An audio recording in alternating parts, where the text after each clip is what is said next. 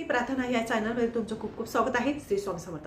आज मी धनलक्ष्मी चाहूल या व्हिडिओमध्ये तुम्हाला सांगणार आहे, वास्तू टिप्स सांगणार आहे की आपल्या घरामध्ये माझ्यापासून तर तुमच्यापर्यंत प्रत्येकाला वाटत असतं घरामध्ये धन वाढावं, पैसा यावा, पैसा टिकावा, मनातल्या कामना पूर्ण व्हाव्या, लक्झरी लाईफ आपण आयुष्यामध्ये जगावं असं प्रत्येकाला वाटत असतं।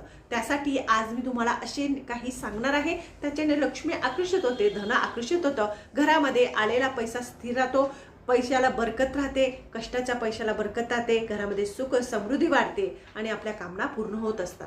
त्यासाठी तुम्हाला ह्या गोष्टी करायच्या आहे। बघा, धन जर वाढावं असं वाटत असेल तर आपल्या घरामध्ये रोज व्यंकटेश्वर स्तोत्राचं पठण झालं पाहिजे। सकाळी किंवा संध्याकाळी तुम्ही करू शकतात। बघा, ज्या ठिकाणी नारायणची स्तुती होते त्या ठिकाणी लक्ष्मी माता येते, म्हणून आपल्याला श्री सूक्त पठण करायचं आहे। 16 वेळेस म्हणणं शक्य असेल तर 16 वेळेस म्हणा, नाही तर 1 वेळेस म्हटलं तरी सुद्धा चालेल। तिसरं, तुमच्या घरामध्ये विष्णू सहस्त्रनाम रोज लावलंच पाहिजे। याच्याने वास्तुदोष कमी होतो, घरातली इडापिडा जाते, दुःख कष्टांचा नाश होतो आणि भगवंत विष्णूंचा आशीर्वाद आपल्या घरामध्ये राहतो। तुम्हाला टीव्हीवर लावता येत असेल टीव्हीवर लावा रोज सकाळी, किंवा तुम्हाला बोलता येत असेल, वाचता येत असेल तर तुम्ही तुमच्या देवाजवळ बसून वाचू शकतात। तर आता चौथं सांगणार आहे। चौथं म्हणजे ज्या वेळेस आपण दळण देतो तर दळण हे शनिवारच्या दिवशी दळायचं आणि दळण दळताना त्यामध्ये काळ्या कलरची फुटाणे ते टाकायचे आहे। असं केल्याने आपल्या धान्यामध्ये बरकत असते असं म्हटलं गेलेलं आहे वास्तुशास्त्रप्रमाणे।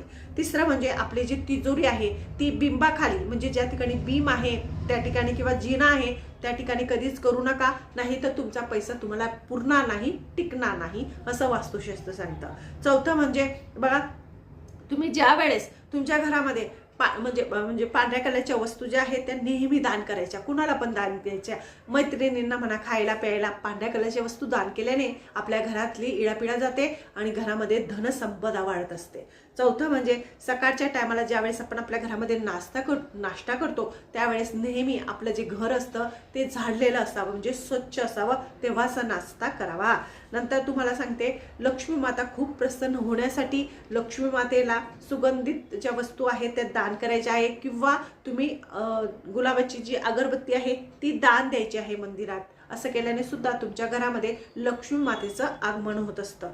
चौथं म्हणजे आता तुम्हाला चौथं सांगते, सूर्योदय होण्या अगोदर, सूर्य मावळण्या अगोदर, म्हणजे सूर्य ज्यावेळेस उदय होतो त्यावेळेस आपल्याला पक्ष्यांना काहीतरी खायला द्यायचं आहे। याच्याने आपल्या घरातलं म्हणजे धन असतं